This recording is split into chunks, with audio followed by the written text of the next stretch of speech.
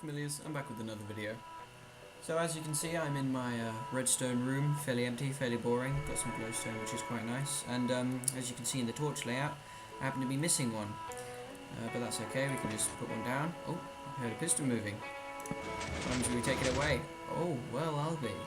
Hidden staircase, seamless too. Got some nice block retraction there. And looky here, got the redstone here. Quite fancy. Lots of half-tick movement going on this side of the circuitry, which I'm quite proud of. But yeah, it's not too complicated. It's got a rather simple closing, but the opening, as I'm sure you'll see, lots of things happening within the instant that the thing before it happened, and lots of fancy timing. So yeah, I may as well show you the redstone behind this guy. Alright, so for the redstone behind it, I should probably mention that this entire design is completely insensitive to direction, which I'm quite happy with.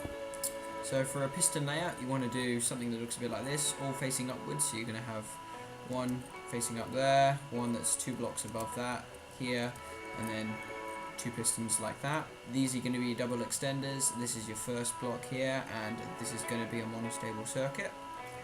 So once you've got those pistons in there, you're going to place a piston on the side of this guy, holding the piston facing up there. Then you're going to want to go up to, like this, where you've got 2 pistons like that. You can give these 3 blocks, just like that. And you're going to want to come down and place a piston holding a block like that. And on the side of this top piston, place one facing out, just like that. So this is your piston design, bit arbitrary, bit random. But don't worry, it will make sense soon, and that's when I show you the circuitry. Okay, so for the circuitry, I want to start off first by putting in your input block, which is going to go right there, which is 2 blocks out from this piston here. You're going to put 2 torches on it, and this is going to be your input block that runs into the first part of your circuitry, which is going to be your double piston extender, which is this guy. You can just extend that and retract it once again. Doesn't matter that your block's up there, it will collect it later on. So this is almost double piston extender finished. All that you've got to do now is put a torch on the side of this purple block, put 2 blocks just like that on diagonals from each other, and put a repeater on 2 ticks of delay. And this is your extension and part of your retraction. You haven't got final block retraction yet, which is what this part of the circuitry is for. So block on top of that torch, block here with a repeater, 4 ticks of delay, block from this repeater. This will start off your monostable circuit. And you want to place blocks that look a bit like this, and a bit like that. So you've got this L shape with a block up here. You want a repeater going into that block. You want redstone there, and a repeater there. So this is your final block retraction here for this double piston extender circuit. So you'll see that in action if I turn this on and then turn it off, like that. You've got that bit of the circuit, which is good. And then this final block will be retracted by this part of the circuitry here, which is when this torch gets turned off and then back on again. Alright, so that's the purple circuit completely finished, and now I can start off on the rest of it. Alrighty, so green circuitry. This is where the half-tick stuff goes in, all the magic. You're going to come and find this torch, put a block above it, and then put 2 blocks like this, with a redstone and a repeater there. That repeater is going to be giving power to this blob of redstone here, using this block, like that. The redstone is going to go down and power this repeater here, and that repeater is going to go into a block.